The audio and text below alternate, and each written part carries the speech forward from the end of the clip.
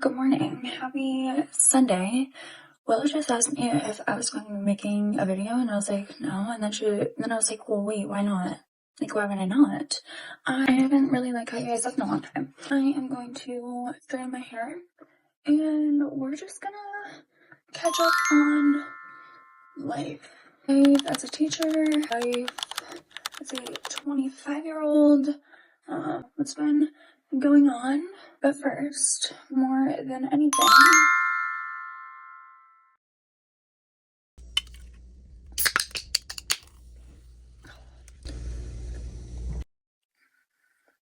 the best decision in my life was buying 2 huge cases of these. I have one cotton candy Alani left. One. I don't know what I'm gonna do. It's just been sitting in my fridge, and I'm scared to touch it. I have a whole bunch of Alanis at school because my students keep bringing them to me. I almost cry every time, but I'm like, this is just the sweetest thing in the whole world. I don't know. I guess I did have a couple of teachers that I would have brought a Dunkin' drink to when I was in high school or middle school. Yeah, okay. There's a couple teachers that maybe I would have done that for, but I just didn't really like my teachers that much, maybe. It is currently it's Sunday. Tomorrow is going to be the first day. Actually, this is really funny. I was having a conversation with one of my class periods about if the week starts on Sunday or if it starts on Monday, and I 100% think the week starts on Sunday. It for sure starts on Sunday, but I don't feel like the school week starts until Monday because it doesn't. I'm a very literal person, I'll say. But anyways, we are going into week 6. We have 9-week quarters, and so it's absolutely insane. We're getting to almost the end of the first quarter. But this quarter has been flying by. I will say that for the most part, my students are great. I really haven't had any issues. I have one class that really likes to eat snacks, and that's fine, but they also really like to make a mess. I hate just completely banning them, but I might be getting to that for quarter 2. I think that that's just gonna be, you guys don't get to eat snacks, I'm sorry. It is against the school rules. I'm really nice by allowing them to eat, but I am a huge, if you're hungry, you're only focused on being hungry. And they're probably not hungry, they're probably just wanting to eat, and I think that's kind of the biggest reason. They have a chance to eat lunch real soon. But I feel like third period is that perfect, third and fourth period is right in the middle. It's not lunch yet, and I would say more third period because it's the beginning of 5th period that most of them have lunch. Yeah, it's right in the middle time. Most of them probably didn't eat breakfast, so if they didn't, then they're probably hungry. That's where I go. What else? I have another class who just talks so much that they distract me because it's a really tiny class period. But I'm thinking for next quarter, I love just switching things up for the quarter, so I don't have to think about switching up right now, even though it's something that I probably want to do, but I don't necessarily have to because I know they're gonna switch it for quarter 2.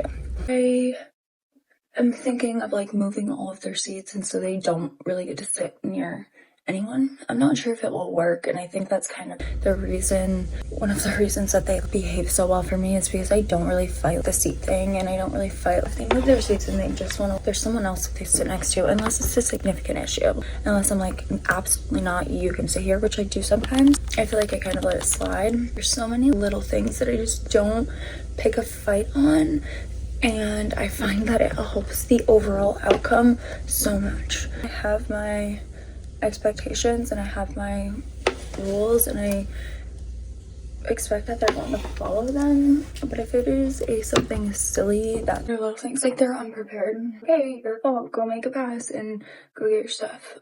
If they, I don't even have a good example right now. I wish my brain was working, but if they choose to not do their work and talk all class, okay, I'm not gonna fight with you on that. You chose to make the wrong decision. That's on you, bro. You're gonna get the 0. I guess that's just kind of how I manage my classroom. I do teach 7th grade, so I feel like I wouldn't do that if I was a 6th grade teacher. I feel like they need a lot more structure. I'm sure a lot of 7th graders do, but they have a variety of classes, and so I just feel okay being more relaxed teacher on some things. And there are absolutely so many things I'm not relaxed on, academics. You don't get to scam me here. Like, nope, sorry, we're still learning things every day. I think it's independent work is where I just like am way more chill. Like direct instruction, I am not chill. When I'm literally teaching, not chill. When we're taking tests, not chill. Homework, I could not give. I couldn't care. I could not care less about homework. I do not give any cares in the whole entire world. It's my least favorite thing. And then independent work. I taught you the concept. I would love to sit there and help you if you need my help. Independent work time is my time to sit at my desk, grade papers, wait to see who needs my support, go help them, have them come up to my desk. I love helping and supporting and reteaching and doing all of those things. But if you're gonna choose to just mess around, that's on you. I'm not gonna force you to learn from me. Like, you can lead a horse to water, but you can't make him drink type of thing. Like, that is my classroom independent work philosophy. There's a lot of students who are probably not going to learn anything in 7th grade. Like, they've already tested way higher than 7th grade. I don't know if there's anything necessarily in the standards that I can teach them that they're going to learn. But building relationships and then talking to me about real life situations, they probably will learn from that.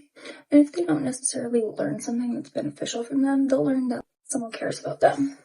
And I think that's really all that matters to me.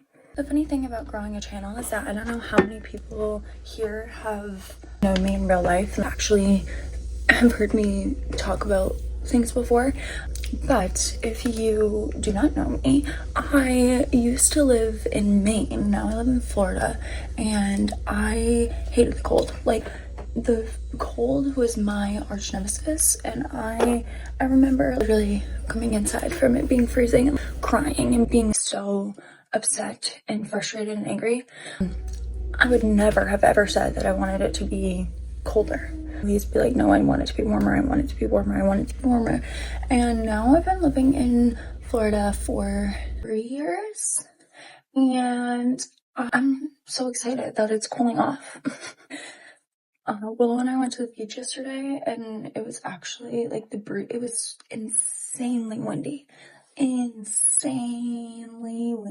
But the breeze was so nice, and there was even times that I was chilly, and I was like, oh wow, oh, okay, because it has been hot in Florida. I need to know this is so off topic, but I need to know what temperature you straighten your hair on, or curl your hair on, or apply any sort of heat to your hair on. Because growing up, I don't think I ever cared. I was straightening my hair every day, probably at 500 degrees. And I don't know, I didn't care at all. And then I was like 19, 20, and I kind of got into hair care products, and I wanted to make sure I was taking care of my hair, and I started straightening my hair on like 370 or something like that, and using heat protectant always.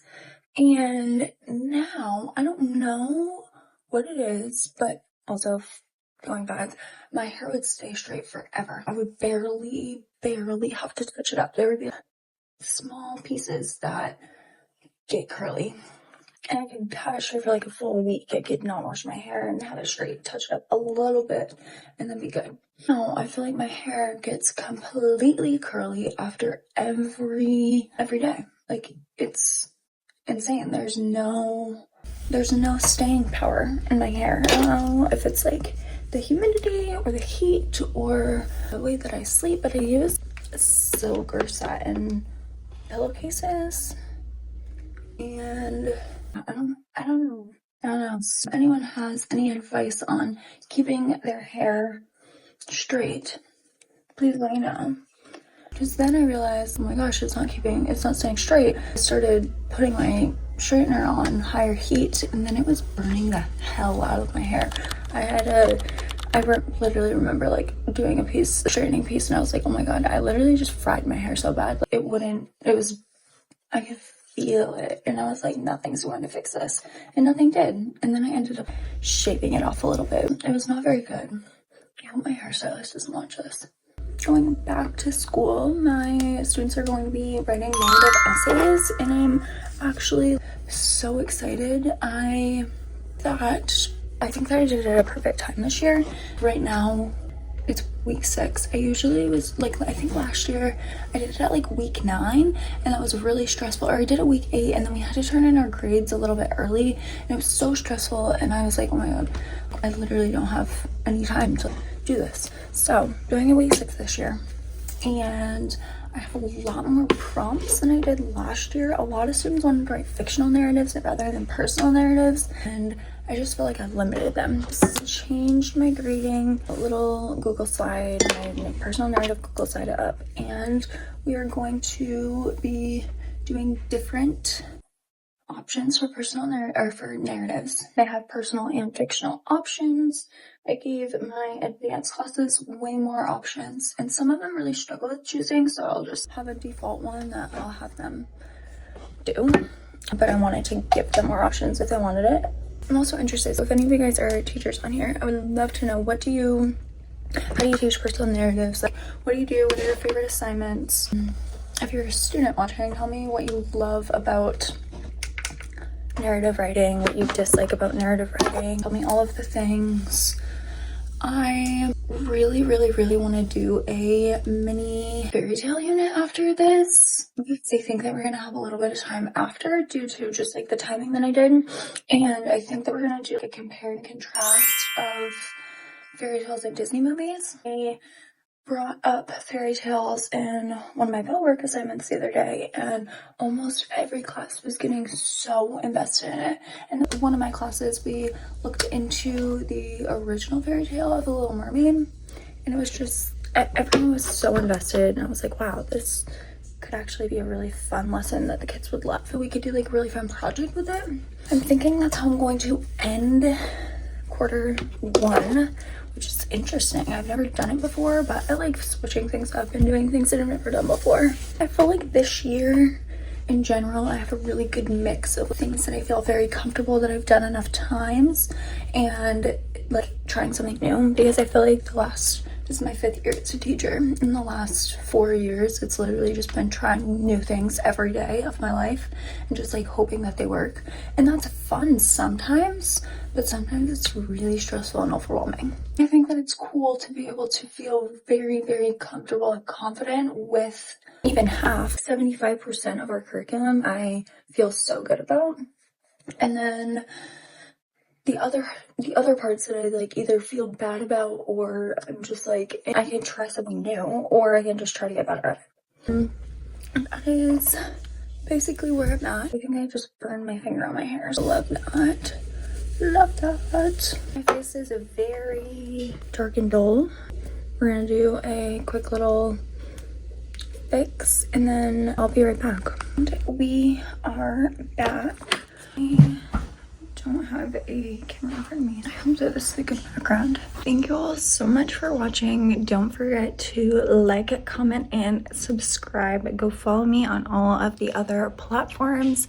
I hope that you have an amazing Sunday, which is the day that I'm making this, but I also hope you have an amazing day, whatever day you're watching this on.